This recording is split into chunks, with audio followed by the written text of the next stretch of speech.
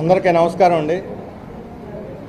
ఈరోజు రాష్ట్రంలో India black పార్టీలుగా ఉన్న కాంగ్రెస్, సిపిఎం, సిపిఐ సీట్ల సర్దుబాటు చేసుకొని ఈ ఎన్నికల్లో పోటీ చేస్తున్నాం. పరస్పరం సహకరించుకుంటూ ఇక్కడ బీజేపీకి పొత్తులో ఉన్న టీడీపీ, జనసేనను దానికి తొత్తుగా వ్యవహరిస్తున్నటువంటి వైసీపీని ఓడించాలని 50 మంది రాష్ట్ర ప్రజానీకానికి విజ్ఞప్తి చేస్తున్నాము.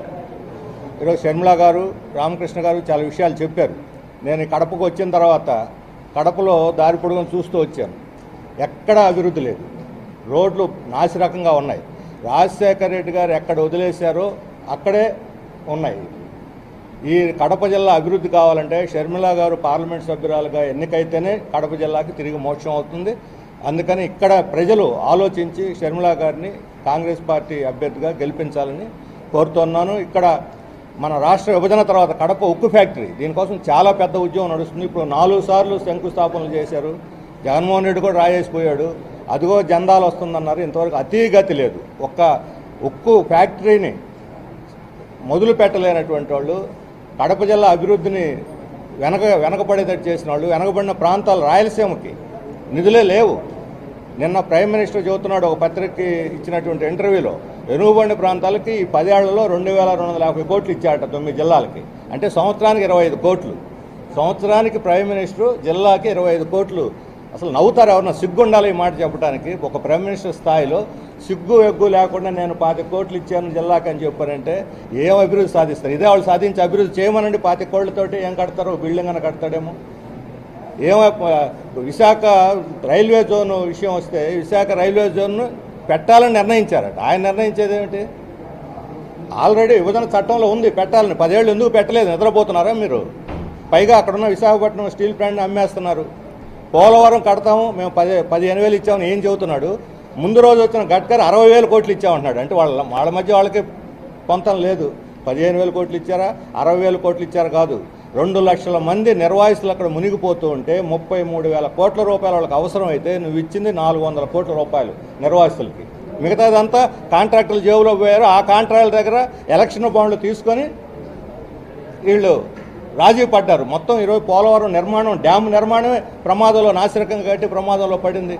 1000 కోట్లు తీసుకున్నారు ఈ 3 పార్టీలు. ఈయన చెబుతున్నాడు పచ్చి అవినీతికరమైనటువంటి పార్టీ బీజేపీ పార్టీ. 1000 కోట్ల రూపాయల కుంభకోణంలో ఇరుక్కుపోయింది. అశ్లీలమైన పార్టీ బీజేపీ పార్టీ. ఈరోజు ఆడవాళ్ళు 400 మహిళలను చేర్చి వీడియోలు తీసిన కర్ణాటక ప్రజ్వల్ని, అతన్ని ఎంపీని వెనకేసుకొచ్చినటువంటి ప్రైమ్ మినిస్టర్ ఎలాంటి పార్టీ వాళ్ళది? వీళ్ళు దేశభక్తిని గురించి, స్త్రీల గురించి మాట్లాడతారు. ఏ మహిళ కూడా బీజేపీ కానీ వాళ్ళ మద్దతుదారులు కానీ ఓటు వేయకూడదు ఈ సిగ్గుమాలిన పని చూసిన తర్వాత. ఈరోజు బీజేపీ సామాజిక న్యాయానికి కూడా వ్యతిరేకంగా ఉంది. ఇప్పుడు ముస్లింలు రిజర్వేషన్లు ఎత్తేస్తూ ఉన్నారు. ముస్లింలకు కాదు, రిజర్వేషన్లో వాళ్ళకి వ్యతిరేకం. ఈరోజు ముస్లింలు, రేపు ఎస్సీ ఎస్టీలు, ఆ తర్వాత బీసీలు, ఆ తర్వాత మహిళలు, ఆ తర్వాత వికలాంగులు అందరికీ ఏకపక్షం ఏకదమ్మున నెక్స్ట్ వచ్చిందనంటే మొట్టమొదటి దెబ్బ పడేది సామాజిక న్యాయం మీదే.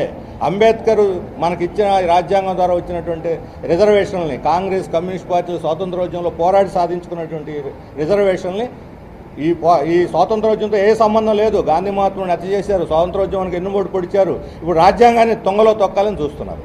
రాజ్యాంగాన్ని తొంగలో తొక్కిన తర్వాత ఇక మనకు హక్కులు ఉండవు, సామాజిక న్యాయం ఉండదు. అందుకని ఈ రాజ్యాంగాన్ని కాపాడుకోవటం ఈరోజు మనకు తక్షణ కర్తవ్యం. అందుకని దేశవ్యాప్తంగా ఈరోజు ఇండియా బ్లాక్కి విశేషమైనటువంటి ఆదరణ వస్తుంది. మోడీ నిరాశ నిస్పృహలో కూరుకుపోయాడు. ఎక్కడికి పోయినా ఈరోజు చూస్తే దాడి అయితే కాంగ్రెస్ మీద, ఇండియా బ్లాక్ మీద దాడి చేస్తాడు. నిన్న జార్ఖండ్లో 35 నిమిషాలు మాట్లాడితే అందులో 30 నిమిషాలు కాంగ్రెస్, ఇండియా బ్లాక్ని తిట్టడానికే సరిపోయింది. ఆయన ఏం చేశాడో చెప్పుకోవడానికి ఈరోజు ఏమీ లేదు. అసలు ఏమీ లేదు. మాట తప్పి మోసం చేసి ఇప్పుడు మతాన్ని అడ్డం పెట్టుకొని మత విభజన తెచ్చి దేశాన్ని బలహీనపరచాలని చూస్తున్నాడు. ముస్లింల మీద, క్రైస్తవుల మీద ద్వేషాన్ని పెట్టి హిందువుల్లో భయాన్ని సృష్టించి ఈ దేశాన్ని అస్థిరపాలు చేయాలని మోడీ ప్రయత్నిస్తున్నాడు. ఇది చాలా ప్రమాదకరమైనటువంటి అంశం. అందుకని సామాజిక న్యాయం కోరుకునేవాళ్ళు, జాతీయ సమైక్యతను కోరుకునేవాళ్ళు ఎవరైనా సరే ఈరోజు బీజేపీని ఓడించాలి.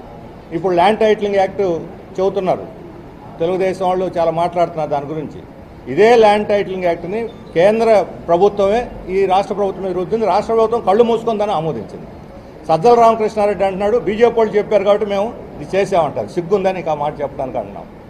సిగ్గుపడాలి సజ్జల రామకృష్ణారెడ్డి గారు. ఎందుకని వాళ్ళు చెబితే మీరు చేయటువంటి భజన రాయళ్ళ మీరు రాష్ట్రానికి ఉపయోగం లేదా రైతులకి పట్టణ ప్రజానీకానికి ఉపయోగం లేదా ఆలోచించమల్ల ఇప్పుడు మీరు చెప్పాలని బీజేపీ నెత్తనేస్తే ఆ రోజు ఇద్దరు కలిసి కొమ్మక్కై దాన్ని ఆమోదించారు. తెలుగుదేశానికి కూడా తెలుసు 2019లో ఇదే ల్యాండ్ టైటిలింగ్ మీద అసెంబ్లీలో చర్చ జరిగితే తెలుగుదేశం దీన్ని బలపరిచింది. ఈరోజు దానికి సంబంధించిన మొత్తం రికార్డు ఉంది, అసెంబ్లీ రికార్డ్స్ ఉన్నాయి. చాలా అవసరం ఇది, దేశం ప్రపంచం అంతా తెస్తున్నారు మనం తేవాలని.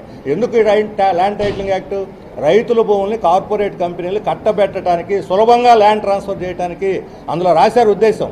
సులభంగా కార్పొరేట్ కంపెనీలకి అభివృద్ధికి ల్యాండ్ ట్రాన్స్ఫర్ చేయడానికి ఈ చట్టం తెస్తున్నాం. అంటే ఎవరి కోసం? కార్పొరేట్ కంపెనీల కోసం, రైతుల కోసం కాదు ఈ చట్టం. ఇప్పటిదాకా ఉన్నాయి మన పట్టాలు మనకున్నాయి, మన పాస్ పుస్తకాలు మనకున్నాయి. ఒక 20% వివాదాలు ఉంటే దాన్ని పరిష్కరించవచ్చు.